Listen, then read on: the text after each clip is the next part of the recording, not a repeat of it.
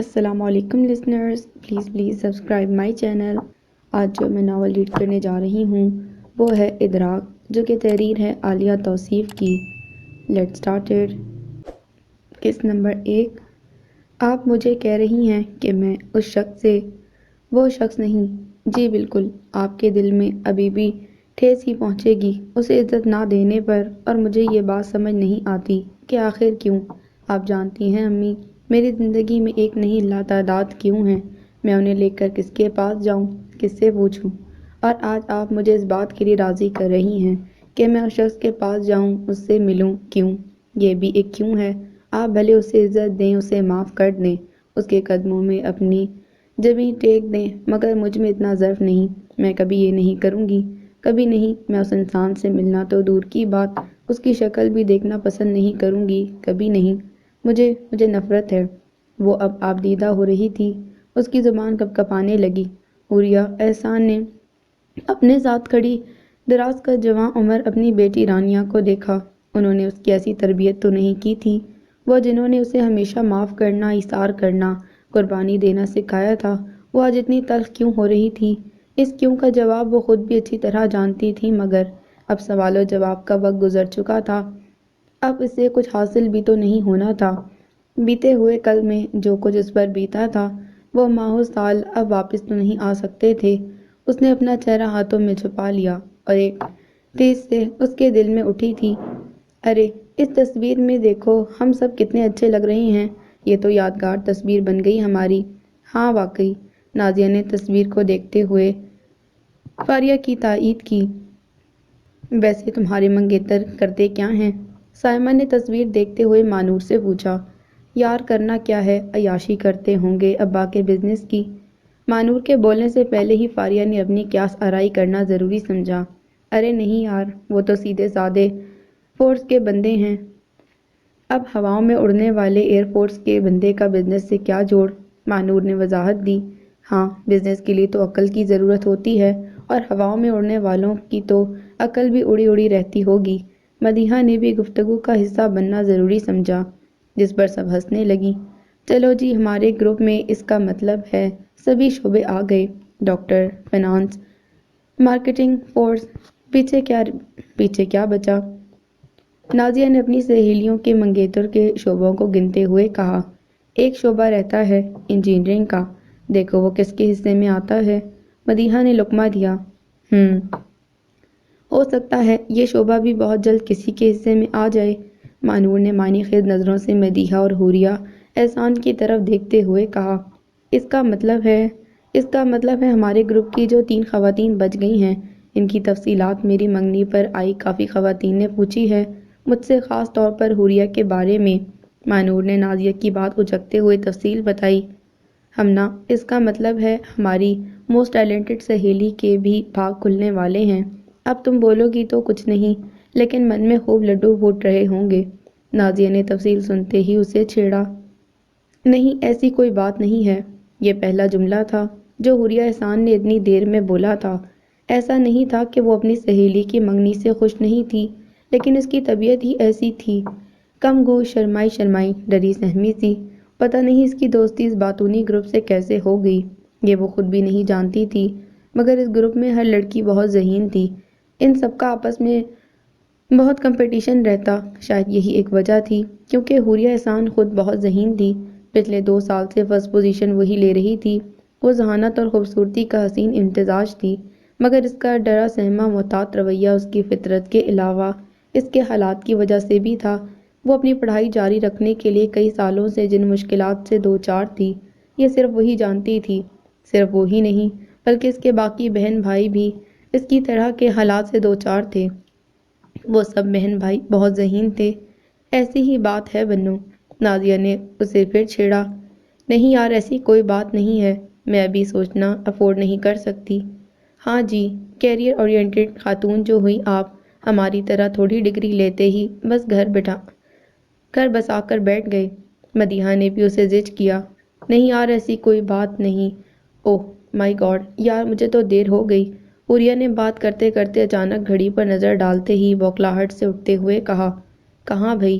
نازیہ، مہنور اور مدیحہ نے ایک ساتھ ہی پوچھا۔ یار وہ بس مجھے آج اسکول جلدی پہنچنا تھا، میرے ذہن سے ہی نکل گیا۔ آج اسکول میں پیرنٹ ٹیچر میٹنگ ہے، مجھے وہاں ہونا ہے آج ورنہ شامت۔ حریہ جلدی جلدی اپنی کتابیں سنبھالتی ہوئی چادر لپیٹ رہی تھی، مگر سر انوار کا لیکچر مانو نے اسے یاد دلایا۔ یار پلیز وہ تم نوٹ کر لینا، میں تم سے لے لوں گی، پلیز خدا حافظ۔ اس نے اپنا سامان سمیٹ کر آگے بڑھتے ہوئے التجائیہ نظروں سے سب کی طرف دیکھتے ہوئے کہا اور جھٹ وہاں سے غائب ہو گئی۔ وہ میٹرک کے بعد سے اپنے اور اپنے بہن بھائیوں کے تعلیمی اخراجات اٹھانے کے لیے کچھ نہ کچھ کرتی رہی تھی۔ گھر میں سب سے بڑی ہونے کے ناطے اس نے اپنے چھوٹے بہن بھائیوں کی ذمہ داری کو بھی اپنے سر لینا مناسب سمجھا، گو کہ اس کے باقی بہن بھائی بھی اپنے اخراجات اٹھانے کی خاطر کچھ نہ کچھ کرتے رہتے، مگر حوریہ کی خواہش تھی کہ وہ اپنا دھیان صرف پڑھائی پر لگائیں۔ حوریہ کو میٹرک تک تعلیم حاصل کرنے کے بعد آگے پڑھنے کے لیے اپنے والد کے پرانے خیالات سے کافی جنگ لڑنی پڑی تھی۔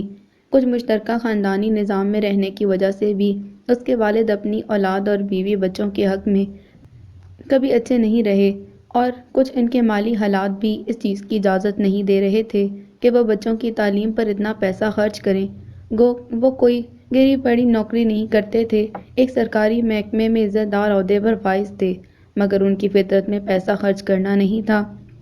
حوریہ کے میٹرک کرنے کے بعد انہوں نے صاف صاف کہہ دیا کہ جس نے اپنی پڑھائی جاری رکھنی ہے وہ اپنے تعلیمی اخراجات خود پورے کرے، وہ کسی کو بھی آگے پڑھنے کے لیے کچھ نہیں دیں گے، وہ صرف میٹرک تک ہر بچے کو پڑھا سکتے ہیں، اس سے آگے کوئی بچہ پڑھنا چاہے تو اپنے وسیلے سے بھلے پڑھے۔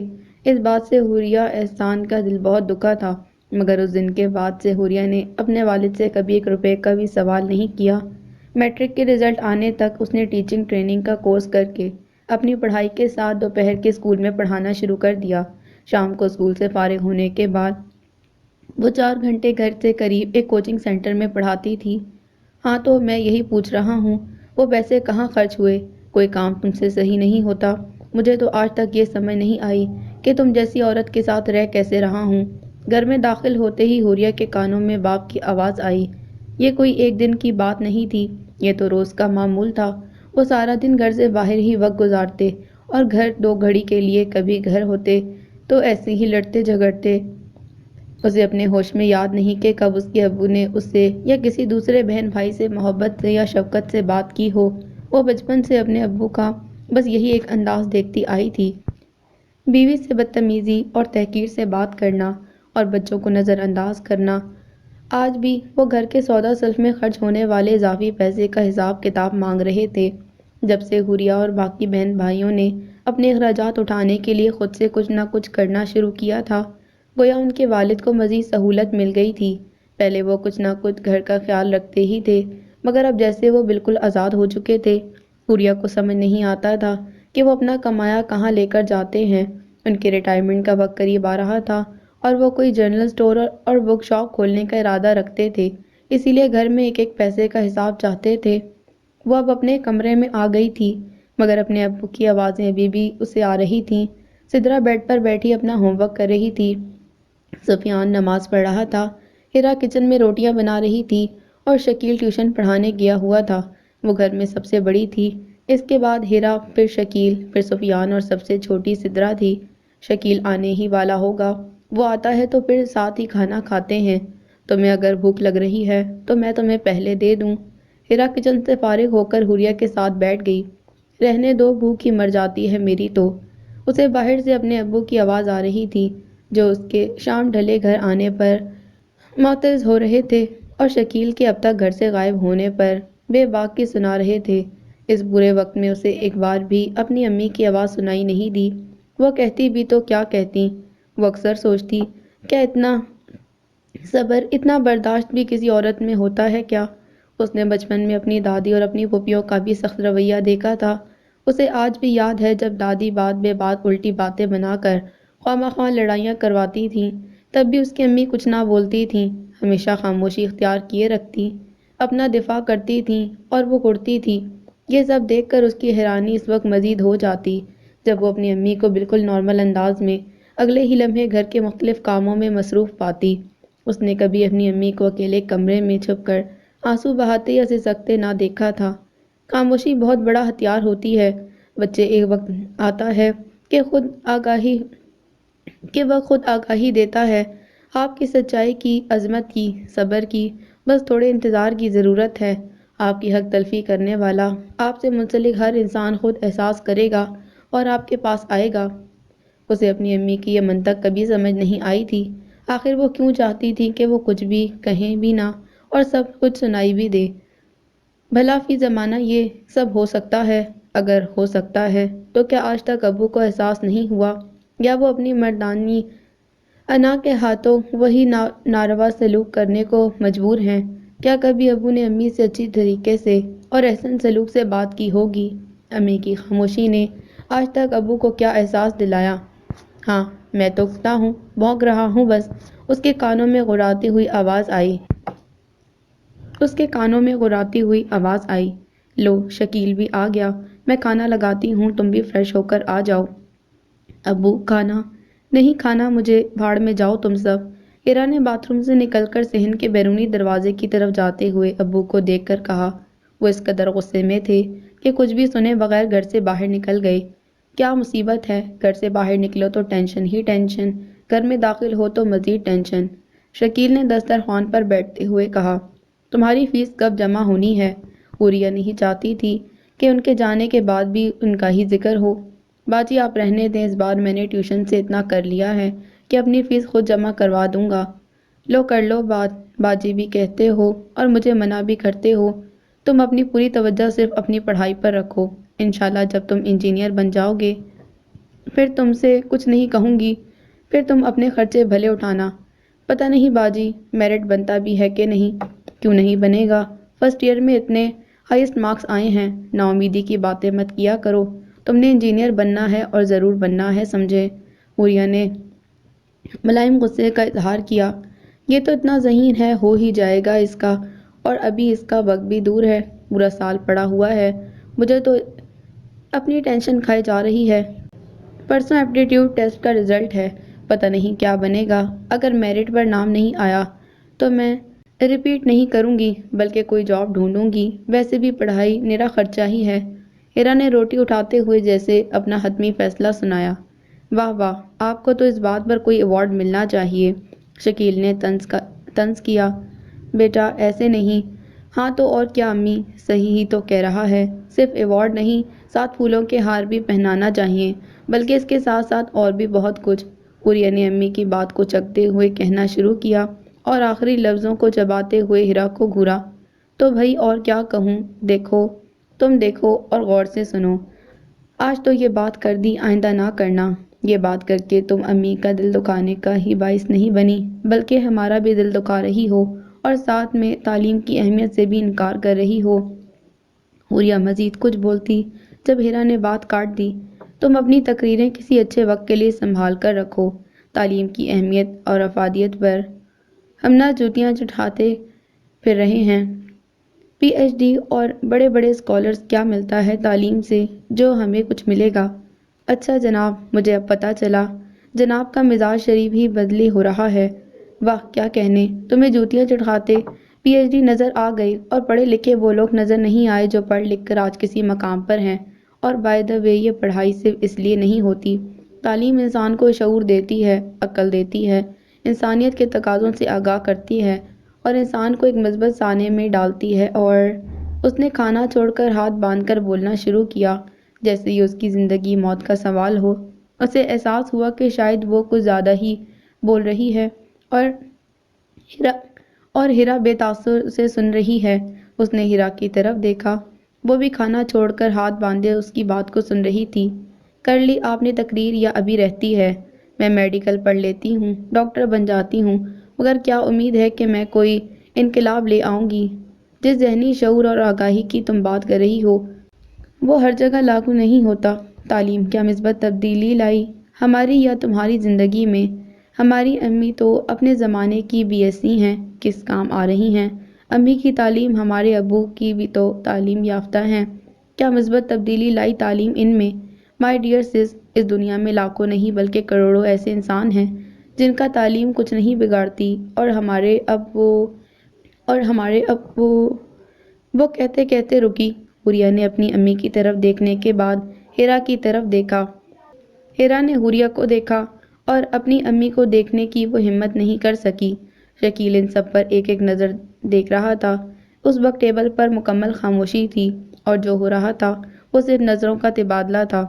چلو اب کھانا ختم کر کے اچھی سی چائے بنا کر ٹی وی لاؤنج میں آ جانا، سب مل کر چائے پیتے ہیں۔ اس خاموشی کو ان کی امی نے توڑا۔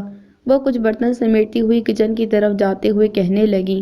حوریہ نے چپتی ہوئی نظر ہیرا پر ڈالتے ہوئے کچھ برتن سمیٹتے ہوئے امی کی پیروی کرتے کچن کا رخ کیا۔ اس کا دل رو دینے کو چاہا۔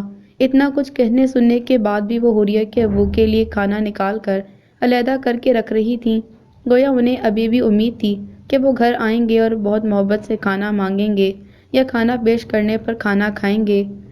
کیا ہے میری امی، اس نے دل میں سوچا۔ امی آپ اب ابو سے کچھ نہ مانگا کریں۔ میں آپ کا بڑا بیٹا ہوں، گھر کے ہر طرح کے اخراجات کا بیڑا میں اٹھاؤں گا اب۔ بیٹا تم امی پلیز کچھ مت کہیے گا، میں نے اپنی ایک کلاس فیلو سے بات کی ہے، اس کے ابو فارماسٹیکل کمپنی کے مینجمنٹ ڈائریکٹر ہیں، میں وہاں کانٹریکٹ پر ہفتے میں 3 دن جاب کروں گی۔ ان 3 دنوں میں یونیورسٹی میں ایک آدھ لیکچر ہی ہوتا ہے، وہ میں اپنی کسی سہیلی سے مینج کر لوں گی۔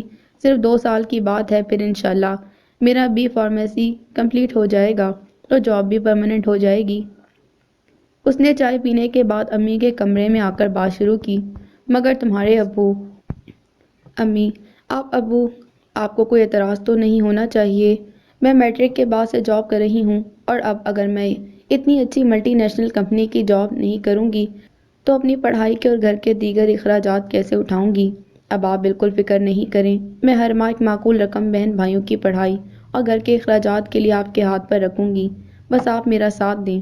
حوریہ نے ٹہر کر بات کرنا شروع کی اور کچھ کہتے کہتے بہت خوبصورتی سے بات کو دوسری سمت لے گئی۔ وہ بہت کچھ کہنا چاہتی تھی، اپنے دل کا سارا زہر اگلنا چاہتی تھی، مگر وہ جانتی اس کی باتوں سے اس کی امی بہت دکھی ہوں گی۔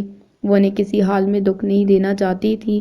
اس نے اپنی بات کے اختتامی جملوں میں بہت قطعی طور پر یہ بات باور کروا دی کہ وہ اب ابو سے کبھی بھی کسی بھی معاملے میں کسی قسم کی رقم نہ لیں، غرض انہیں ان کے حال پر چھوڑ دیں۔ حوریہ کمرے سے جا چکی تھی۔ فہمیدہ یہ بات اچھی طرح جانتی تھی کہ حوریہ کی ان باتوں کا مقصد کیا ہے۔ وہ دل پسیج کر رہ گئیں، ان سے اپنے بچوں کی حالت دیکھی نہیں جاتی تھی۔ تمہیں اللہ نے اولاد سے کیوں نواز دیا؟ تم اتنے پتھر دل کیوں ہو؟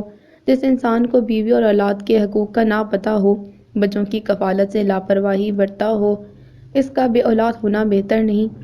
میں نے کبھی شکوہ نہیں کیا کسی بھی ذاتی کا، ہمیشہ شکر ادا کیا اور خاموشی اختیار کی۔ میری خاموشی بھی تمہیں موم کرنے میں ناکام ہے۔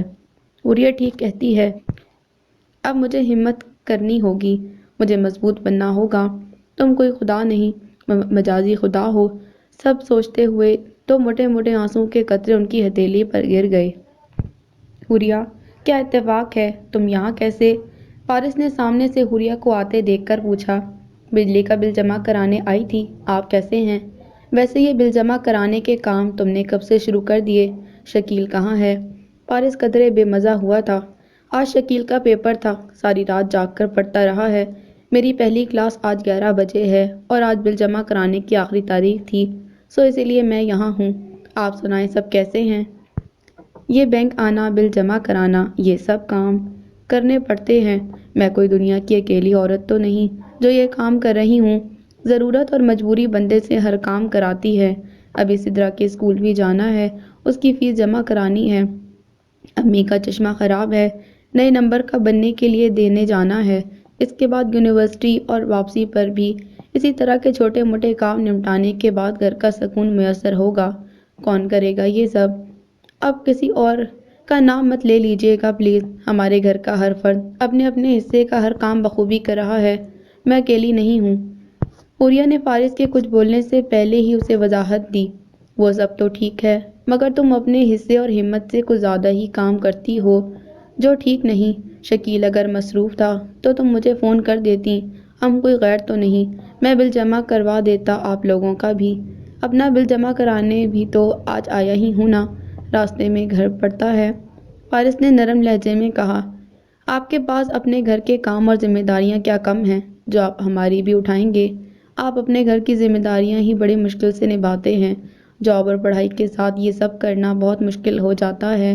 عوریہ کے دل میں فارس کے لیے ہمدردی تھی۔ ہاں، مگر یہ سب کرنا میری مجبوری ہے۔ ابو کی وفات کے بعد میں ہی گھر کا بڑا ہوں۔ سلمیٰ اور ندا بھی اسکول جاتی ہیں، اور زین وہ تو ان سے بھی چھوٹا ہے، اور یہاں میں بھی تو گھر کی بڑی ہوں۔ اپنی میڈیکل کی تعلیم کی قربانی دے کر بھی فارمیسی کر رہی ہوں، تو وہ بھی بہن بھائیوں اور گھر کے لیے۔ بہرحال خالہ کو میرا سلام دیجیے گا۔ مجھے سدرا کے اسکول کے بعد یونیورسٹی کے لیے نکلنا ہے، دیر ہو رہی ہے۔ مجھے آج ایک نئی جاب کے انٹرویو کے لیے اسی طرف جانا ہے۔ چلو تمہیں بھی چھوڑ دیتا ہوں۔ فارس نے اس سے ایک قدم آگے ہو کر کہا۔ اچھا، گاڑی یا موٹر بائیک خرید لی آپ نے؟ عوریہ کے لہجے میں حیرانی اور خوشی شامل تھی۔ نہیں، کہاں، ٹیکسی پر چلتے ہیں۔ ٹیکسی پر؟ جب اگلے دن سے پھر بسوں کے دھکے کھانے ہیں تو ایک دن ٹیکسی پر جانے سے کیا حاصل؟ میں ایسے ہی ٹھیک ہوں۔ عادتیں خراب ہو جائیں تو مشکل ہو جاتی ہیں۔ چلتی ہوں، خدا حافظ۔ عوریہ کے لہجے میں بے بسی تھی۔ سنو، عوریہ نے قدم آگے بڑھا کر پیچھے مڑ کر دیکھا۔ کچھ نہیں۔ فارس اس کے پلٹنے پر ایک دل فریب مسکراہٹ ہی دے سکا۔ وہ اپنی مطلوبہ بس آنے پر اس میں سوار ہو کر جا چکی تھی۔ فارس دور تک اس کی بس کو جاتا ہوا دیکھتا رہا۔ وہ جانتی تھی فارس کے دل کا حال، مگر وہ اپنے حال سے تنگ تھی اور مستقبل سے خوف زدہ۔ وہ اپنے آنے والے کل میں آج کی طرح نوکریاں کر کے پیسہ کما کے معاش کی بھاری ذمہ داریاں اٹھا کر زندگی گزارنا نہیں چاہتی تھی، اور فارس کا ساتھ اسے ایسے ہی مستقبل کی تصویر پیش کرتا جہاں وہ صبح سے لے کر رات تک کسی مشین کی طرح گھر کے اندر اور باہر کے کام کرتی۔ وہ ایک آسودہ، خوشحال اور گھریلو زندگی کی خواہش مند تھی۔ آؤ بیٹا آؤ، ادھر آؤ، ان سے ملو آ کر۔ السلام علیکم۔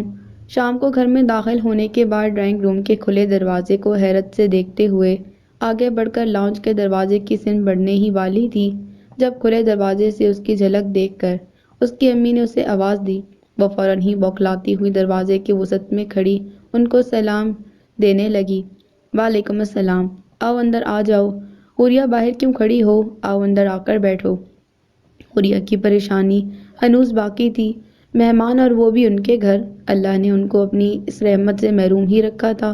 شاذ و نادر ہی کوئی بھولا بھٹکا رشتہ دار آ جاتا تھا، وہ بھی اپنی امارت دکھانے یا ان کی بے بسی اور محرومیوں کا مذاق اڑانے، اور ان کے لیے یہ اچھا ہی تھا، ورنہ مہمانوں کی خاطرداری میں گھر کا بجٹ بہت متاثر ہوتا تھا۔ مگر یہاں خوش پوش، مہذب، پڑھے لکھے اور اچھی فیملی کے دکھائی دینے والی دو خواتین اور ایک نوعمر خوبرو نوجوان مہمان خانے میں مہمانوں کی طرح موجود تھا، اسے حیرت میں مبتلا کر رہا تھا۔ بھئی، ان سے ملو، یہ پروفیسر فہمیدہ معراج ہیں، اور یہ ان کی چھوٹی بہن ہانیہ معراج ہیں۔ بہت بڑی آئل کمپنی میں سینئر انجینئر کی جاب کرتی ہیں، اور یہ ان کا چھوٹا بھائی ابھی انجینئرنگ کر رہا ہے، اور ساتھ میں اپنا بزنس اسٹیبلش کرنے کی سرتوڑ کوشش ہیں۔ ہیں۔ عوریہ کے بیٹھتے بیٹھتے انہوں نے ان کا تعارف پرجوش انداز میں کرایا، جس میں مرعوبیت کا عنصر نمایاں تھا۔ وہ تعارف کے اختتام پر تھوڑا ہنستے ہوئے عوریہ پر نظر ڈالنے کے بعد پروفیسر فہمیدہ کو دیکھنے لگیں۔ ارے نہیں، بڑائی تو صرف خدا کی ذات کی ہے، ہم بندے تو کچھ نہیں۔ پروفیسر فہمیدہ نے عاجزی کا مظاہرہ کیا۔ بہت خوشی ہوئی آپ سے مل کر۔ عوریہ نے اپنے چہرے پر تھکن اور گرد کی تہہ کو ہاتھوں سے صاف کرتے ہوئے اپنا دوپٹہ ڈھیلا کرتے ہوئے رسمی جملہ کہا۔ آپ سے مل کر بھی بہت خوشی ہوئی۔ تو آپ بھی فارمیسی کر رہی ہیں؟ کون سا سیمسٹر ہے؟ جی، چھٹا چل رہا ہے۔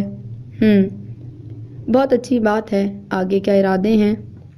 اس کا کافی لمبا تھا، جس میں کوئی گہری سوچ تھی۔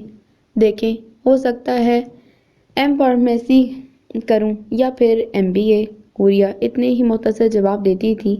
ہاں، یہ تو ہے، پھر جاب کے ساتھ اتنی ٹف پڑھائی کا جاری رکھنا مشکل بھی تو ہوتا ہے، مگر تعلیم بہت ضروری ہو گئی ہے آج کے دور میں، خصوصاً لڑکیوں کے لیے۔ لڑکیاں آج کے دور میں بہت آگے نکل گئی ہیں۔ بھئی، نکلنا بھی چاہیے، اور وہ اتنی ہی باتونی تھیں۔ آخر پروفیسر جو تھیں، عوریہ کو حیرانی ہوئی تھی کہ وہ اس کی جاب کا بھی جانتی ہیں۔ عوریہ پہلو بدل رہی تھی کہ یہ کہیں فل سٹاپ یا کوما دیں تو وہ بھی کچھ کہے۔ آپ لوگ بیٹھیں، باتیں کریں، میں ذرا فریش ہو لوں۔ عوریہ نے شکر کیا تھا کہ اسے یہاں سے فرار ہونے کا موقع ملا۔ ہاں ہاں کیوں نہیں، وہی صبح کی نکلی ہوئی ہوگی، انسان تھک جاتا ہے لیکن اپنی دنیا آپ بنانے کے لیے انتھک جدوجہد۔ اسے ڈرائنگ روم سے نکلتے نکلتے پروفیسر فہمیدہ کی آواز آ رہی تھی۔ آج حالات خراب ہونے کی وجہ سے کوچنگ سینٹر کی انتظامیہ نے کوچنگ بند کر دیا تھا تو وہ جلدی گھر آ گئی۔ شکر ہے آج تم جلدی گھر آ گئیں، ورنہ میں سوچ ہی رہی تھی ہیرا سے فون کروانے کا۔ تمہارا ان سے ملنا بہت ضروری تھا۔ وہ فریش ہونے کے بعد کچن سے کھانا نکال کر بیٹھی ہی تھی کہ اس کی امی بھی اس کے پاس آ کر بیٹھ گئیں۔ کون تھے یہ لوگ؟ عوریہ نے روٹی کا نوالا بناتے ہوئے پوچھا۔ ارے بس سمجھو میری بیٹی کے تو بھاگ کھل جائیں گے، بڑی قسمت کی بات ہوگی اگر یہاں بات بن گئی تو۔ وہ کچھ دیر رکی، عوریہ بے فکری سے کھانا کھانے میں مصروف تھی۔ میں نے تو بس ناصرہ سے ایسے ہی ذکر کیا تھا، ساتھ والوں کے گھر میلاد میں ملی تھی، سرسری سی بات جیسے بندہ کرتا ہے۔ ارے وہی پیچھے گلی میں جو کونے والا گھر ہے، عوریہ کی سوالیہ نظروں کو دیکھتے ہوئے بتایا۔ وہی جن کی بڑی خوبصورت سی بچی ہے۔ ارے وہی سلمیٰ جس کے 3 بڑے بڑے بہت خوبصورت بھائی ہیں، ان کے ابو بھی اکاؤنٹس ڈپارٹمنٹ میں کام کرتے ہیں جن میں یہ فہمیدہ جاب کرتی ہے۔ بس اس نے جھٹ اپنے میاں سے ذکر کیا اور اس نے جھٹ پٹ ان خاتون سے تعارف کروا دیا۔ بات تو میں نے ناصرہ اس کے بیٹوں پر نظر رکھتے ہوئے کی تھی کہ شاید اس کے دل میں خیال آ جائے ہمارا، مگر جو بھی ہے اس نے کچھ تو عملی مظاہرہ کیا۔ سچ میں عوریہ میں تو بڑی منتیں مرادیں مانگوں گی اگر تمہارے لیے یہ لوگ راضی ہو جائیں، اللہ کرم کرنا۔ عوریہ کا ہاتھ ایک دم سے ہی کھانے سے رک گیا۔ امی یہ آپ؟ ارے ہاں نا، کیا امی شادی نہیں کرنی کیا؟ مجھے تو تم لوگوں کی فکریں راتوں کو سونے نہیں دیتی، تم دونوں کے فرض سے فارغ ہو جاؤں تو سکھ چین کی نیند سو سکوں۔ امی ابھی میں پڑھ رہی ہوں اور مجھ پر صرف اپنی پڑھائی کی نہیں، بہن بھائیوں کی پڑھائی کی بھی ذمہ داری عائد ہے، گھر کے اخراجات اور اوپر سے یہ شادی۔ کیا ہمارے پاس شادی جیسی کسی چیز کو افورڈ کرنے کے لیے سرمایہ، وقت اور ہمت ہے؟ عوریہ کھانے کے برتن سائڈ پر رکھ رہی تھی۔ بیٹا امی پلیز، میری زندگی کا ایک ایک لمحہ اس گھر کے لیے، اپنے بہن بھائیوں کے لیے سوچتے ہوئے گزرتا ہے۔ میرا دماغ دن کے 24 گھنٹے کچھ نہ کچھ سوچ رہا ہوتا ہے یا کام کر رہا ہوتا ہے۔ بل کی آخری تاریخ کب ہے؟ اسکول کی فیس جمع ہوئی یا نہیں؟ سفیان کی کتابیں اور یونیفارم لینے کے لیے پیسے ہوئے یا نہیں؟ راشن کی کتنی چیزیں درکار ہیں؟ صبح کمپنی میں کون سی رپورٹ جلدی تیار کرنی ہے؟ یونیورسٹی جانا ہے؟ شام کو کوچنگ میں کون سا لیکچر دینا ہے؟ رات کو سب کاموں سے فارغ ہو کر کل جمع کرانے کے لیے اپنا کون سا اسائنمنٹ کرنا ہے؟ ان سب باتوں میں صبح سے شام تک اور شام سے رات گئے تک میرے دماغ یا دل میں کبھی بھی شادی جیسا کوئی خیال نہیں آیا، اور نہ ہی ایسی صورتحال میں آنا چاہیے۔ امی پلیز، مجھے کل بہت جلدی یونیورسٹی جانا ہے، اس لیے میں جلد سونا چاہتی ہوں۔ ہیرا سے کہیے گا پلیز اگر فارغ ہے تو میرے کپڑے استری کر دے۔ اس نے اپنی امی کے کچھ بولنے سے پہلے ہی بیزاری کا اظہار کیا۔ اس کی امی عوریہ کو سمجھانے کے لیے بات کرتے کرتے رک گئی، نہ جانے وہ اتنی سخت اور الجھی ہوئی کیوں بولتی گئی۔ یہ شاید پہلی بار ہوا تھا کہ اس نے اپنی امی کے سامنے اتنی آواز میں بات کی ہو اور ایک ہی نشست میں اتنے الفاظ ایک ساتھ بولے ہوں۔ اس ڈپریشن کی اصل وجہ آج کوچنگ کا بند ہونا تھا، کیونکہ کوچنگ سے آج اسے تنخواہ ملنی تھی جس سے اس نے سفیان کے اسکول کے جوتے لے کر دینے تھے۔ وہ کئی ہفتوں سے اپنے مرمت شدہ جوتوں کے پھر ٹوٹ جانے پر نئے جوتوں کی یاد دہانی کروا رہا تھا، مگر عوریہ کے پاس گنجائش ہی نہیں نکل رہی تھی۔ امی مجھے معاف کر دیں پلیز، میں بہت ڈپریس تھی۔ صبح اٹھ کر ناشتے کے بعد اس نے اپنی امی کے سامنے صوفے پر بیٹھتے ہوئے کہا۔ کوئی بات نہیں بیٹا، میں ایسے لہجوں کی عادی ہو گئی ہوں۔ ان کے لہجے میں تھکن تھی۔ امی پلیز مجھے اور شرمندہ مت کریں، میں بہت پریشان تھی کل اور مجھے بہت غصہ بھی آ رہا تھا۔ آپ کو پتہ ہے میں نے کل ابو کو شیلا پھپھو کے ساتھ دیکھا تھا، وہ نے اور ان کے بچے کو جی بھر کر شاپنگ کرا رہے تھے اور ہمارے لیے ان کے پاس ایک پھوٹی کوڑی نہیں۔ سفیان کب سے جوتوں کی وجہ سے پریشان ہے۔ سفیان کو جوتے خرید دیے ہیں شکیل نے، میرے پاس کچھ بچت کیے ہوئے پیسے جمع تھے، انہوں نے عوریہ کی بات کاٹ کر سرد لہجے میں بتایا۔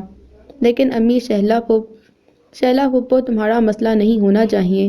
عوریہ کو اپنی امی کی اس بات سے آگ لگ گئی۔ کوئی عورت اتنی اعلیٰ ظرف کیسے ہو سکتی ہے، یا پھر یہ اعلیٰ ظرفی نہیں بلکہ بے بسی ہے کہ سب کچھ اپنی آنکھوں کے سامنے ہوتے ہوئے دیکھیں اور پھر بھی خاموش رہیں۔ کیوں نہیں ہے مسئلہ، وہ بھی ہمارے لیے سب سے بڑا مسئلہ ہیں۔ ابو کو ان کی محرومیاں دکھائی دیتی ہیں، اپنی اولاد کی نہیں۔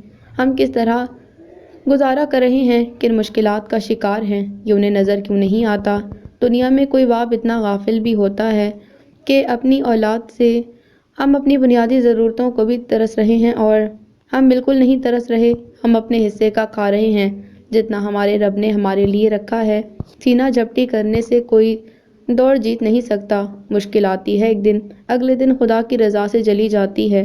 دکھ ہمیشہ تو نہیں رہتے نا بیٹا، خوشی تو خدا دیتا ہے نا، اور مزید خوشی دینا چاہتا ہے تاکہ ہم سب اور خاص طور پر آپ خوش رہیں۔ اس لیے امی کی خواہش ہے کہ آپ اچھے رشتے کے لیے انکار نہ کریں۔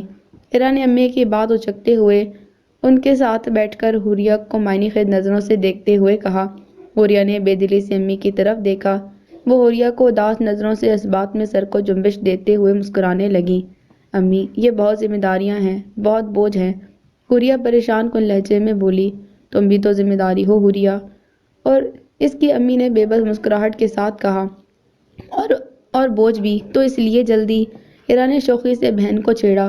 امی، حوریہ نے دانت پیستے ہوئے امی کو آواز دی، جس پر اس کی امی نے ہیرا کا نام لے کر گویا اسے چپ رہنے کا سگنل دیا۔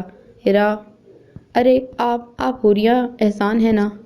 وہ بے خیالی میں کتابیں سمیٹتی یونیورسٹی کے کوریڈور سے گزر رہی تھی جب اسے مخاطب کیا گیا۔ جی او ماشاء اللہ، کتنا اچھا اتفاق ہے یہ، شاید آپ کو یاد نہیں آ رہا ہم مل چکے ہیں، پروفیسر فہمیدہ نے حوریہ کی پریشانی کو بھانپتے ہوئے کہا۔ نہیں جی، وہ بس مجھے یاد آ گیا تھا۔ او بھائی چھوڑو اس بات کو، یہ بات بتائیں کہ آپ کیسی ہیں؟ غالباً اسی یونیورسٹی میں پڑھتی ہیں آپ؟ فہمیدہ معراج نے حوریہ کی بات نظر انداز کرتے ہوئے اس کا حال دریافت کیا۔ جی، حوریہ کا مختصر جواب۔ بہت اچھی بات ہے، میں یہاں ایک سیمینار میں شرکت کرنے کے لیے آئی تھی، لیکن دیکھو کتنا حسین اتفاق ہے کہ تم سے ملاقات ہو گئی۔ وہ حوریہ سے کافی دیر ادھر ادھر کی باتیں کرتی رہی۔ وہ در حقیقت اس کے انداز گفتگو کو جج کرنا چاہ رہی تھیں۔ انہوں نے حوریہ کو اپنے ساتھ چلنے کی آفر کی کہ کہیں چل کر لنچ کریں اور پھر اسے گھر ڈراپ کر دیں گی۔ حوریہ کے لیے انہیں یہ بتانا مشکل تھا کہ وہ صبح کی نکلی رات کو ہی گھر جاتی ہے۔ یونیورسٹی سے پڑھنے کے بعد دوپہر 3-4 بجے تک گھر جانا قسمت والوں کو ہی نصیب ہوتا ہے، اور اس نے ہمیشہ اپنے آپ کو بدقسمت تصور کیا ہے۔ پروفیسر صاحبہ کو وہ دور تک جاتا ہوا دیکھتی رہی۔ وہ پختہ عمر کی، دراز قد، خوش شکل اور بے انتہا گریسفل خاتون تھی۔ یہ کہنا غلط نہیں ہوگا کہ اس نے اب تک ان سے زیادہ گریسفل خاتون نہیں دیکھی تھی۔ ان کی پرسنالٹی سے وہ بہت متاثر ہوئی تھی۔ تم یہ سب کچھ اکیلے کیسے سوچ سکتی ہو؟ غضب خدا کا، میں 2 دن گھر نہیں آیا اور پیچھے کیا کیا ہوتا رہا اس گھر میں۔ ہیرا پچھلے آدھے گھنٹے سے اپنی امی کو سر جھکائے ابو کی برہمی سہتے ہوئے دیکھ رہی تھی۔ ابھی ان کی عمر ہی کیا ہے، ویسے بھی وہ ابھی پڑھ رہی ہے، نوکری کر رہی ہے، پڑھائی کے بعد پکی نوکری ہوگی تو کچھ آمدنی کا آسرا ہوگا، اور وہ آپ بیٹی کی کمائی پر نظر رکھ کے بیٹھے ہیں۔ انہوں نے آنکھوں میں آئی نمی کو ضبط کرتے ہوئے کہا۔ ایک تو یہ بہت بڑا مسئلہ ہے ہمارے معاشرے کا، بیٹی بہو بیوی کے نام پر جذباتیت کا مظاہرہ شروع ہو جاتا ہے۔ آخر کیوں ہم اب تک اتنے پیچھے رہ گئے ہیں؟ انہی باتوں کی وجہ سے ساری زندگی والدین اولاد کے لیے اپنی ایڑیاں رگڑ رگڑ کر اسے ٹھنڈی چھاؤں دینے کے لیے تگ و دو کرتے ہیں، زمین گھر دیتے ہیں، بیج لگاتے ہیں، تو کیا ان کا حق نہیں بنتا اس درخت کا پھل کھانے کا؟ آپ پھل کھانے کے انتظار میں ہیں۔ آپ ان کی آنکھوں میں حقارت، نفرت، ترس اور نہ جانے کیا کیا آ گیا اپنے شوہر کے لیے۔ تو کیا حرج ہے؟ مجھے بتاؤ کیا حرج ہے؟ دنیا میں کتنی ہی اولادیں ایسی ہوتی ہیں جو اپنے والدین کے لیے کیسی کیسی مصیبتیں اٹھاتی ہیں، ان کو آسودگی دینے کے لیے اپنے والدین کے لیے کیا کچھ نہیں کرتی۔ میری اولاد میرے لیے کیا کر رہی ہے بتاؤ مجھے؟ کبھی انہوں نے میرا حال تک نہیں پوچھا۔ اس گھر کا ہر فرد اپنے تئیں کچھ نہ کچھ کماتا ہے، کیا کبھی اس کمائی سے کسی نے باپ کو ایک ڈیلا تک دیا؟ کبھی کسی نے اتنا تک خیال نہیں کیا کہ اپنے باپ کو کوئی تحفہ ہی خرید دیں اپنی کمائی سے۔ وہ ایک توقف کے لیے رکے۔ انہوں نے اپنے شوہر کو خالی نظروں سے دیکھا۔ ان کا بس نہ چل رہا تھا کہ وہ آج پھٹ پڑے، مگر وہ آج بھی خاموش بیٹھی تھی۔ بولو، بتاؤ، خاموش کیوں بیٹھی ہو؟ سچ سننے کا حوصلہ ہونا چاہیے فریدہ بیگم۔ ہیرا اپنے کمرے میں بیٹھی کڑ رہی تھی۔ اسے اس وقت حوریہ کی کمی شدت سے محسوس ہو رہی تھی، مگر وہ نہیں جانتی تھی کہ حوریہ گھر واپس آ چکی ہے اور کچن میں کھڑی یہ سب کچھ سن کر وہ بھی کھڑ رہی ہے۔ حوریہ کا دل چاہا کہ وہ آج سب حساب برابر کر دے، مگر بہت سے لحاظ آڑے آ گئے۔ تمہیں اور تمہاری اولاد کو صرف اپنے آپ سے غرض ہے۔ تم لوگ بہت خود غرض ہو۔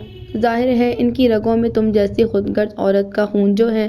تمہارا تو سارا خاندان ہی، تمہارے خاندان والے تو، اور انہوں نے ہمیشہ کی طرح ہر بات سے گزرنے کے بعد ان کی ماں کے خاندان کو لغویات بولنا شروع کر دیں۔ شادی سے پہلے مرد کو دنیا کی ہر کشش اور اچھائی عورت کی اسی خاندان میں نظر آتی ہے، اور شادی کے بعد وہی خاندان برائیوں کا مجموعہ اور ان کی بیش بہا گالیوں کی نظر ہوتا جاتا ہے۔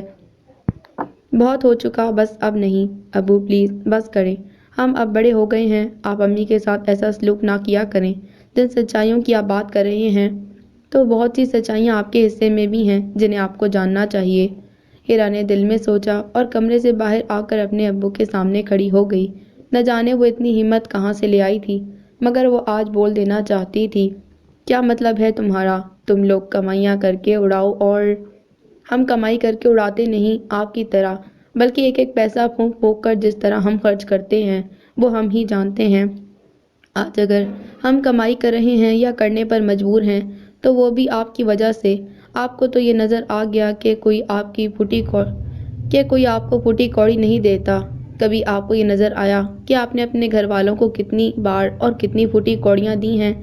ہمارے پاس تو اپنے اوپر خرچ کرنے کے لیے بھی پیسے پورے نہیں ہوتے، تو ہم کسی کو کیسے بانٹیں؟ ہیرا اپنے دل کی ساری بھڑاس نکال دینا چاہتی تھی۔ تم یہ کس لہجے میں بات کر رہی ہو؟ تمہاری ماں نے تمہیں تمیز نہیں سکھائی؟ آپ کچھ دیر پہلے معاشرے کے جن مسائل پر روشنی ڈال رہے تھے، انہی میں سے ایک مسئلہ ہے جس کا ذکر آپ کو یاد رکھنا چاہیے، اور وہ یہ کہ ماں ہر چیز کی ذمہ دار نہیں ہوتی۔ باپ کے بھی بہت سے فرائض ہوتے ہیں جن کو ہمارے معاشرے کے مرد نظر انداز کر دیتے ہیں۔ اگر بات صرف ماؤں کے سکھانے کی ہے تو جس طرح ہماری ماں نے ہمیں تمیز نہیں سکھائی، اسی طرح آپ کی ماں نے بھی آپ کو بیوی اور عورت کی عزت کرنا نہیں سکھایا، بچوں کے ساتھ حسن سلوک کرنا نہیں سکھایا، گھر کی ذمہ داری اٹھانا نہیں سکھایا۔ ماں نے اگر ہمیں تمیز نہیں سکھائی تو بحیثیت باپ آپ کا رویہ بھی ہمیں بدتمیزی کرنے پر اکساتا ہے۔ ہیرا نے آج کوئی ادھار نہ چھوڑا۔ یہ سب وہ الفاظ تھے جو حوریہ کے دل کے بھی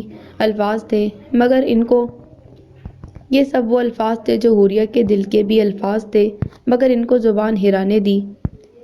یہ ہے تمہاری تربیت اور یہ ہے ان کی تعلیم جس کے میں حق میں نہیں تھا۔ میرا کون سا رویہ تم لوگوں کو اکساتا ہے بولو، اور میں کون سی عیاشیاں کرتا ہوں، کہاں اڑاتا ہوں پیسے جن کے الزام تم مجھے دے رہی ہو، جن کا زہر تمہاری ماں نے تم لوگوں کے دلوں میں بھر دیا ہے۔ وہ اب غصے میں چلا رہے تھے۔ ہیرا جانتی تھی اس سے آگے کیا ہونے والا ہے، لیکن وہ اپنے دل کی ہر آگ ٹھنڈی کرنا چاہتی تھی۔ یہ بھی ہمارے معاشرے کی ایک بہت بڑی خرابی ہے۔ ابو، آج معاشرے کی خرابیوں کا ذکر آپ نے نکال ہی لیا ہے تو میں بھی بہت سی خرابیوں کی نشاندہی کرتی جاؤں گی، اور وہ خرابی ہے کہ جہاں مرد لاجواب ہوا وہاں اس کی انا کو ٹھیس لگنے کا خطرہ ہوا۔ وہاں وہ چلانے لگا، سچ تو آپ سے بھی نہیں سنا جا رہا، آپ عیاش نہیں ہیں۔ ہم اس کی کوئی گارنٹی نہیں دے سکتے کیونکہ ہم ہر وقت آپ کے ساتھ نہیں ہوتے، البتہ اپنے باپ کی حیثیت سے آپ پر اعتماد کرتے ہیں۔ آپ پیسے بے جا خرچ کرتے ہیں، ضرورتوں پر نہیں بلکہ اڑانے پر، وہ بھی اپنی اولاد کے بجائے دوسروں پر۔ حوریہ نے خود آپ کو شمائلہ پھپھو کے ساتھ شاپنگ کرتے دیکھا تھا۔ ہیرا نے اپنے ابو کو بات کرنے سے پہلے ہی روک کر مزید بولا اور اپنی بات مکمل کر کے خاموش ہوئی۔ اچھا تو یہ ساڑ ہے تم لوگوں کو اور تمہاری ماں کو۔ تمہاری ماں نے ساری زندگی یہ ہوتے ہوئے دیکھا ہے اور کبھی ایک لفظ نہیں بولا، نہ اپنے حق کے لیے نہ اولاد کی حق تلفی ہوتے دیکھ کر، اور یہ ساڑ کی نہیں حق کی بات ہے۔ ہم یہاں بنیادی ضرورتوں کے لیے سسکتے رہیں اور وہ وہاں باغ و بہار جئیں، یہ کہاں کا انصاف ہے؟ ہیرا کی آواز میں کپکپاہٹ اور آنکھوں میں نمی عود آئی۔ واہ، یہ حسد پیدا کیا ہے تمہاری ماں نے تم لوگوں کے دلوں میں، ان کی کفالت کرنا میرا حق بنتا ہے۔ وہ میری بہن ہے، بیوہ ہے، بچپن سے آج تک انہوں نے میرا ہر کام سراکوں پر رکھا۔ ماں کی طویل بیماری میں ہمیں پلانے پوسنے کا بھی حق ہماری اسی بہن نے ادا کیا۔ اس کے اتنے احسانات ہیں، نہ صرف مجھ پر بلکہ تم لوگوں پر بھی، کہ وہ اگر میرے جسم کا حصہ بھی مانگے تو میں کاٹ کر دینے کو تیار ہوں۔ یہ تو پھر پیسے ہیں، کیوں نہ کروں پیسے خرچ ان پر؟ ان کی آواز مدھم ہو کر آخر میں پھر شدت اختیار کر گئی تھی۔ کفالت احسان ذمہ داری، ہماری کفالت کرنا کس کی ذمہ داری بنتا ہے؟ حوریہ کمرے میں داخل ہو چکی تھی۔ ہیرا کی آواز کی لڑکھڑاہٹ بڑھتی جا رہی تھی۔ پھپھو کے آپ پر احسان ضرور ہوں گے مگر ہم پر ان کا کوئی احسان نہیں۔ ہم پیسے کو محتاج ہیں۔ آپ کی کمائی کا حق ہم پر بھی ہے۔ آپ ہماری ذمہ داری سے کیوں؟ ہیرا پلیز بھکاری مت بنو۔ ہیرا نے آنسوؤں سے رونا شروع کر دیا۔ حوریہ نے اس کا کندھا پکڑ کر اسے گلے سے لگایا۔ اسے اس وقت اپنی بہن حوریہ کی بہت ضرورت محسوس ہو رہی تھی۔ وہ حوریہ کے گلے لگ کر زاروں کی طرح رونے لگی۔ لو آ گئی تمہاری خوددار بیٹی، بلکہ خوددار نہیں، تم لوگوں کو تو ضدی، خودسر، اکڑ من مانیاں کرنے والا کہنا زیادہ مناسب ہے۔ تم لوگوں کی ضد ہٹ درمی کی وجہ سے آج میرا یہ رویہ سہ رہے ہو تم لوگ۔ میں نے اپنی زندگی میں کبھی اتنی خودسر اولاد نہیں دیکھی۔ تم لوگوں سے اچھی تو شیلا ہے جو اپنی بڑی سے لے کر چھوٹی چھوٹی ہر ضرورت کے لیے مجھ سے کہتی ہے، مجھ سے سوال کرتی ہے۔ تم لوگ سوال کرو تو کیا تم لوگوں کو نہیں ملے گا؟ مگر نہیں بھئی، تم لوگ تو بھکاری بن جاؤ گے اس طرح۔ اتنی خودداری ہے، اتنی اکڑ ہے تو سوال مت کرنا۔ ان کی شادیوں کے موقع پر بھی دیکھوں گا تم لوگ اپنی ٹکے کی کمائیوں سے کس طرح کرو گے سب۔ تم لوگوں نے کبھی باپ کو باپ سمجھا ہی نہیں۔ شرم آتی ہے تم لوگوں کو باپ سے پیسے مانگتے ہوئے، تو بھگتو اب۔ شکیل کو گھر میں داخل ہوئے 10 منٹ ہو چکے تھے۔ وہ بغیر کسی سے کچھ بتائے تمام صورتحال کا اندازہ کر چکا تھا۔ حوریہ کی آنکھوں کے آگے وہ منظر لہرا گیا جب وہ میٹرک کے بعد 2 سال تک پڑھائی کے ساتھ کمائی کی خاطر خوار ہو کر ہلکان ہو چکی تھی۔ اگر وہ بے انتہا ذہین نہ ہوتی تو ایسی صورتحال میں کوئی بھی طالب علم فیل ہو جاتا یا بس پھر مساوی نمبروں سے پاس ہوتا، مگر وہ میڈیکل کے میرٹ پر آ گئی تھی۔ اگلا مرحلہ MBBS میں داخلہ لینے کا تھا اور اس کے تعلیمی اخراجات وہ جانتی تھی۔ میڈیکل کی مشکل تعلیم کے ساتھ وہ روزگار کا سر درد نہیں پال سکتی۔ جب وہ اپنے باپ کے پاس فریاد لے کر گئی تو گڑ گڑائی تھی۔ کوئی اور باپ ہوتا تو خوشی سے پھولے نہ سماتا۔ اس نے اس وقت کون سا سوال تھا جو باپ سے نہ کیا تھا، مگر اس کے باپ نے ایک ہی رونا رویا کہ اس کے پاس پیسے نہیں، تعلیم چھوڑ دو۔ آج وہی باپ ان کے سامنے کھڑا کہہ رہا تھا۔ اس کی اولاد نے کبھی اسے سوال نہیں کیا۔ وہ سوچنے پر آئی تو سوچتی ہی چلی گئی کہ کیا دنیا کا ہر باپ اولاد کو اسی وقت دیتا ہے جب وہ سوال کرتی ہے؟ اسے بے اختیار ترس آیا اپنے آپ پر۔ آج اسے شدت سے اپنی امی کی خاموشی کا احساس ہوا اور اپنی امی کے صبر اور طاقت پر رشک آیا۔ وہ مردوں کی اس قسم سے تھے جن کے آگے کوئی بھی سوال کرنا بیکار، کوئی بھی بات کرنا بے سود، کوئی بھی دلائل دینا بے مصرف اور کوئی بھی وضاحت پیش کرنا اپنی تذلیل کے مترادف تھا۔ ان کی ہر زیادتی، ہر ناانصافی کے آگے خاموش رہنا گویا سب سے بہترین حل تھا۔ اسے آج اپنی امی کی خاموشی کی وجہ کھل کر پتہ چل چکی تھی۔ اس کی نظروں میں اپنی امی کی قدر و قیمت اور عزت میں مزید اضافہ ہو گیا تھا۔ اس نے آج کے دن دل میں تہیہ کر لیا کہ وہ اپنے کسی فعل اور عمل سے اپنی ماں کو کبھی دکھی نہیں کرے گی۔ جی بالکل، کوئی مسئلہ نہیں۔ اچھا جی، یہ تو بہت اچھی بات ہے۔ جی بالکل، کیوں نہیں، ہمیں خوشی ہوگی۔ جی بالکل، ہم آپ کا انتظار کریں گے۔ آج اتوار کا دن تھا، سب گھر پر تھے اور آج سب نے یہ بات محسوس کی کہ امی بہت خوش ہیں اور کوئی 15 منٹ سے کسی سے فون پر بہت گرم جوشی سے اور خوش ہو کر بات کر رہی ہیں۔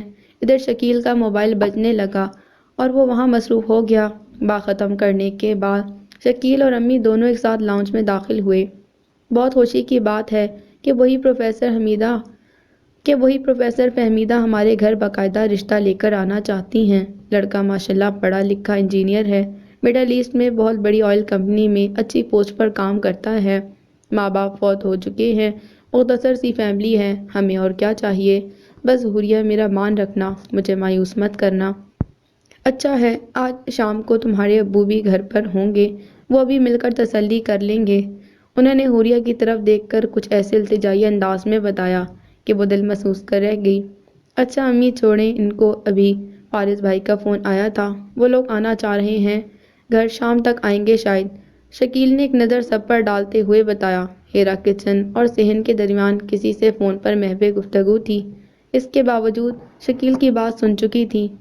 کیا اب وہ کیوں ہمارے گھر آ رہے ہیں یا آنا چاہ رہے ہیں؟ خالو جب تک زندہ تھے خالہ کی اکڑ اور تنتنا ہی نہیں جاتا تھا۔ 4 پیسے ہاتھ میں آئے تھے تو ہم بھوکے ننگے اور پتہ نہیں کیا کیا ہو گئے تھے، اور اب خالو کے مرتے ہی جب وہ اپنی اوقات میں واپس آ گئے ہیں تو ہم پھر ان کے کچھ لگنے لگے۔ منع کر دینا تھا، کوئی بہانہ بنا دینا تھا۔ ہیرا جھٹ پٹ فون بند کر کے لاؤنج میں داخل ہوئی اور بولتی چلی گئی، کیسے منع کرتا؟ فارس بھائی بہت اچھے ہیں، میری پڑھائی میں بہت مدد بھی کرتے ہیں پچھلے دنوں، اور جو بھی ہے ہمارے رشتہ دار ہی ہیں۔ شکیل نے ان کی حمایت کی۔ رشتہ دار، ایسے رشتہ داروں سے تو 100 میل دور رہنا چاہیے جو وقت اچھا ہونے پر آنکھیں پھیر لیں اور برے وقت میں پھر سے رشتہ داری نبھانے آ جائیں۔ ہیرا کہاں چپ رہنے والی تھی۔ حوریہ خاموشی سے بیٹھی چاول صاف کر رہی تھی۔ سدرا اور سفیان ٹی وی دیکھنے میں مصروف تھے۔ اچھا جو بھی ہے، شام کو کھانا بنا لیں گے ان کے لیے۔ شکیل تم ابھی جا کر کچھ چیزیں لے آنا بازار سے، خون کے رشتے ختم نہیں کیے جا سکتے۔ حوریہ پرسوں شام کو وہ لوگ بھی آئیں گے، میں انہیں فون پر مثبت جواب کی یقین دہانی کرا چکی ہوں، میرا مان رکھ لینا، البتہ آخری اور حتمی فیصلہ بہرحال تمہارے ابو کا ہی ہوگا۔ ابو؟ ہمارے معاشرے میں بہت سی برائیاں ہیں، یہ بھی ایک بہت بڑی برائی ہے۔ آخری فیصلہ حوریہ کا ہونا چاہیے، مگر تم دوسروں کی نقلیں اتارنا چھوڑو اور یہ بتاؤ کہ فون پر کس سے لگی ہوئی تھی۔ شکیل کو بے ساختہ ہیرا کی اداکاری پر ہنسی آئی۔ وہ اب بناوٹی سخت لہجے میں ہیرا سے پوچھ رہا تھا، وہ آ گیا فون؟ سن کر بتاتی ہوں۔ ہیرا کچھ بتانے ہی لگی تھی کہ فون کی گھنٹی بجنے پر وہ بے تابی سے اٹھ کر فون سننے چلی گئی۔ سچ؟ اوہ میرے خدایا! لاؤنج میں بیٹھے سب لوگوں کو ہیرا کی چہکتی آواز آئی۔ اوہ میرے خدا، میں کتنی خوش قسمت ہوں۔ امی؟ حوریہ؟ ارے لوگو سنو، میرا میڈیکل میں ایڈمیشن ہو گیا ہے۔ اف!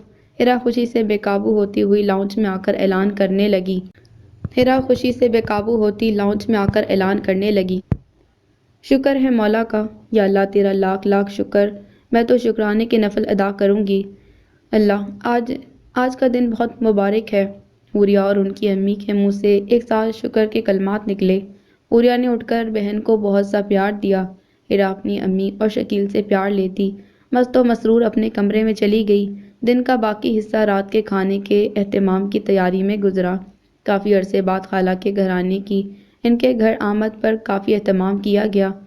خالف توقع ان کی خالہ کا رویہ ان سب کے ساتھ بہت شفیق اور محبت والا رہا۔ خالہ اور ان کے گھر والوں کے رویے میں آنے والی اس مثبت تبدیلی کو سب نے محسوس کیا۔ فارس، اس کی چھوٹی 3 بہنیں، اس کا بھائی، سبھی نے بہت اپنائیت اور محبت والا انداز اپنائے رکھا۔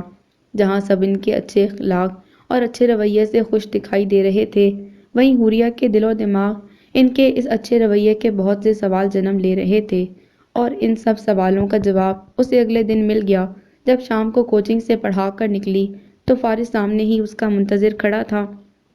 کیسی ہو حوریہ؟ ٹھیک، حوریہ نے تیز تیز چلتے ہوئے جواب دیا۔ حور، تھوڑی دیر رکو، میں تم سے بات کرنا چاہتا ہوں۔ یہاں رستے میں؟ فارس، میری اس تعلیمی ادارے میں بہت اچھی ساخت ہے، ہم غریبوں کے پاس سوائے عزت کے اور کچھ نہیں ہوتا۔ آپ یہاں کیوں آئے ہیں؟ آپ کو یہاں نہیں آنا چاہیے تھا۔ یہ بہت معیوب بات ہے۔ حوریہ نے بغیر رکے قدرے برہمی سے کہا، میں جانتا ہوں میں نے غلط کیا اور شاید تمہیں بالکل اچھا نہیں لگے گا، مگر کل تمہارے گھر مجھے بات کرنے کا موقع نہیں مل سکا۔ پلیز اگر تمہیں اعتراض نہ ہو تو کچھ وقت مجھے دے دو، میں تم سے کچھ باتیں کرنا چاہتا ہوں پلیز۔ وہ دونوں چلتے چلتے بس اسٹاپ تک پہنچ گئے۔ اسٹاپ پر کھڑے ہو کر فارس نے التجائیہ نظروں سے حوریہ کی طرف دیکھا۔ وہ تیز چلنے کی وجہ سے اپنا سانس بحال کرتے ہوئے، اپنی چادر کو ٹھیک کرتے ہوئے فارس سے نظر ملائی۔ فارس، بے شک آپ میری خالہ کے بیٹے ہیں، بچپن سے ہم لوگوں میں میل ملاپ رہا ہے، مگر میرے گھر کا ماحول ایسا نہیں کہ میں آپ کو اس طرح کوئی وقت دے سکوں، یہ میری نظر میں قطعی مناسب بات نہیں۔ حور پلیز، میں جانتا ہوں یہ مناسب نہیں، مگر یہ بھی تو مناسب نہیں کہ میں آپ سے یہاں بس اسٹاپ پر کھڑی ہو کر بات کروں۔ اگر آپ کو یہ مناسب لگ رہا ہے تو مجھے کوئی اعتراض نہیں یہاں کھڑے ہو کر بات کرنے پر۔ وہ حوریہ کو اکثر ہی دانستہ اور نا دانستہ حور کہتا تھا۔ محبت بہت ہی عجیب شے ہے، دل میں بسنے والے محبوب کو چاہے وہ کسی اور کے لیے کتنا ہی بدترین، بدصورت اور فضول کیوں نہ ہو، چاہنے والے کے لیے وہ بہت اعلیٰ مقام رکھتی ہے۔ شاید اسی لیے محبت کو اندھا بھی کہا جاتا ہے، مگر وہ تو حقیقت میں حور تھی۔ اپنے نام کے مثل حور، نرم و نازک، حسین شگفتہ چہرہ، بالکل کسی جنت کی حور جیسا۔ حور، اس نے اپنی آنکھوں میں دنیا جہاں کی محبت سماتے ہوئے گہری نظروں سے حوریہ کی طرف دیکھا۔ وہ ایک سستے سے فاسٹ فوڈ ریسٹورنٹ میں بیٹھے تھے۔ حور، مجھے سمجھ نہیں آ رہا بات کیسے شروع کروں، اس نے سی محبت اور اپنائیت سے حور کی طرف دیکھتے ہوئے کہا۔ وہ کچھ دیر خاموشی سے حور کے کچھ بولنے کا انتظار کرتا رہا، مگر وہ خاموشی سے ٹیبل کو گھورتی رہی۔ حور، اس نے ایک لمبی سانس کھینچی۔ مجھے اندازہ نہیں تھا کہ کسی کو پرپوز کرنا اتنا مشکل کام ہوتا ہے۔ اس نے رک رک کر اپنا جملہ ادا کیا۔ حوریہ اب بھی ٹیبل پر نظریں جمائے بیٹھی تھی، البتہ اب وہ کافی نروس ہو کر اپنے ہونٹ دبا رہی تھی۔ حوریہ، میری امی میری خوشی اور خواہش میں میرے ساتھ ہیں۔ کل ان کا آپ لوگوں کے گھر آنا بھی اسی سلسلے کی ایک کڑی تھی۔ میں آپ کے لیے اپنے دل میں ویٹر نے آ کر کولڈ ڈرنک ٹیبل پر رکھے۔ فارس بولتے بولتے خاموش ہو گیا۔ اور میں اپنے بارے میں آپ کی رائے جاننا چاہتا ہوں۔ حوریہ اس بارے میں جو رائے رکھتی تھی ایک فرد کی حیثیت سے بہت مثبت تھی۔ وہ فارس کو بہت زیادہ پسند کرتی تھی، مگر اس کی پسندیدگی میں کوئی جذباتی وابستگی شامل نہیں تھی۔ وہ ایک بہت سلجھا ہوا، شریف اور مکمل طور پر بہترین شخصیت کا مالک تھا۔ بلا شبہ اپنی ان خصوصیات کی وجہ سے کسی بھی عورت کا مثالی شوہر ثابت ہو سکتا تھا، مگر شادی کے لیے صرف شخصیت کو ہی تو نہیں دیکھا جاتا۔ وہ فارس کی شخصیت کے برعکس جو رائے رکھتی تھی وہ اسے کبھی بھی بتا نہ سکتی تھی۔ شاید اس وقت میں خود غرض ہو رہی تھی، مگر حقیقی زندگی خوابوں کے سہارے نہیں گزاری جا سکتی۔ بھوکے پیٹ میں محبت کا ایندھن بھرنے سے بھوک نہیں مرتی، اور وہ ایک حقیقت پسند لڑکی تھی۔ وہ خود اعتماد نہیں تھی۔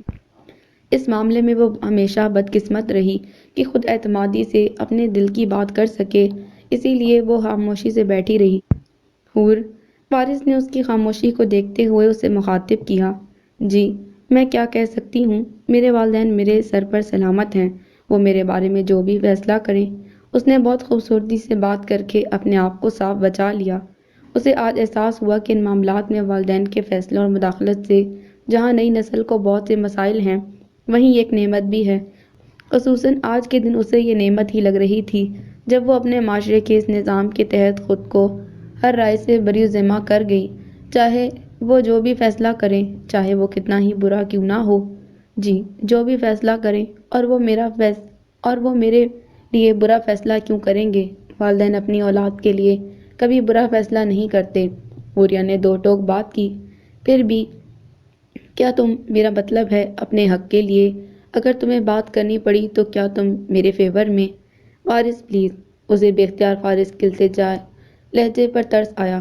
اس کے افسردہ لہجے نے ایک لمحے کے لیے بے ساختہ ہی حوریہ کے دل میں فارس کی پسندیدگی کو بڑھا دیا۔ وہ بلا شبہ ایک بہت اچھا اور نفیس انسان تھا، چاہے جانے کے لائق۔ وہ اپنی جگہ مجبور تھی۔ فارس کو سب حقیقت بتا دینا چاہتی تھی، مگر وہ ایک لفظ بھی نہیں بول سکی۔ وہ اس نازک لمحے میں فارس کا دل مزید دکھی نہیں کرنا چاہتی تھی۔ ویسے بھی وہ سب کچھ والدین کے سر کر چکی تھی، اس لیے مطمئن تھی۔ وہ اچھی طرح اس بات سے واقف تھی کہ فارس کے سر پر ابھی بہت سی ذمہ داریاں ہیں، بہت بوجھ ہیں اس پر۔ پورے گھر کا وہی ایک واحد کفیل ہے، معمولی سی نوکری کے ساتھ، معمولی سی تنخواہ کے ساتھ۔ حور، تم اور میں بچپن کے ساتھی ہیں۔ مجھے تم بہت اچھی لگتی ہو۔ میں تمہیں بہت خوش رکھوں گا۔ تمہیں ہر طرح کی شخصی آزادی ہوگی۔ تم جو کرنا چاہو تم کر سکتی ہو۔ میں تمہیں کبھی نہیں روکوں گا۔ تم اپنے کیریئر کو اپنے ساتھ لے کر چلنا۔ میری طرف سے کوئی روک ٹوک نہیں ہوگی، بلکہ یہ تو بہت خوش آئند بات ہوگی۔ امی بتا رہی تھیں تمہاری پرماننٹ جاب ہے، بہت اٹریکٹیو سیلری کے ساتھ۔ چلو یہ بات تو طے ہوئی کہ میں تمہیں کبھی جاب سے منع نہیں کروں گا، اگر تمہیں اسی قسم کی خدشات ہیں تو۔ وہ بات کر کے کولڈ ڈرنک کا سپ لینے لگا۔ حوریہ اس کی بات مکمل ہونے تک اس کی طرف دیکھتی رہی۔ کچھ دیر پہلے فارس پر آنے والا ترس اب بے اختیار اپنے آپ پر آیا۔ کیا وہ واقعی بدقسمت ہے؟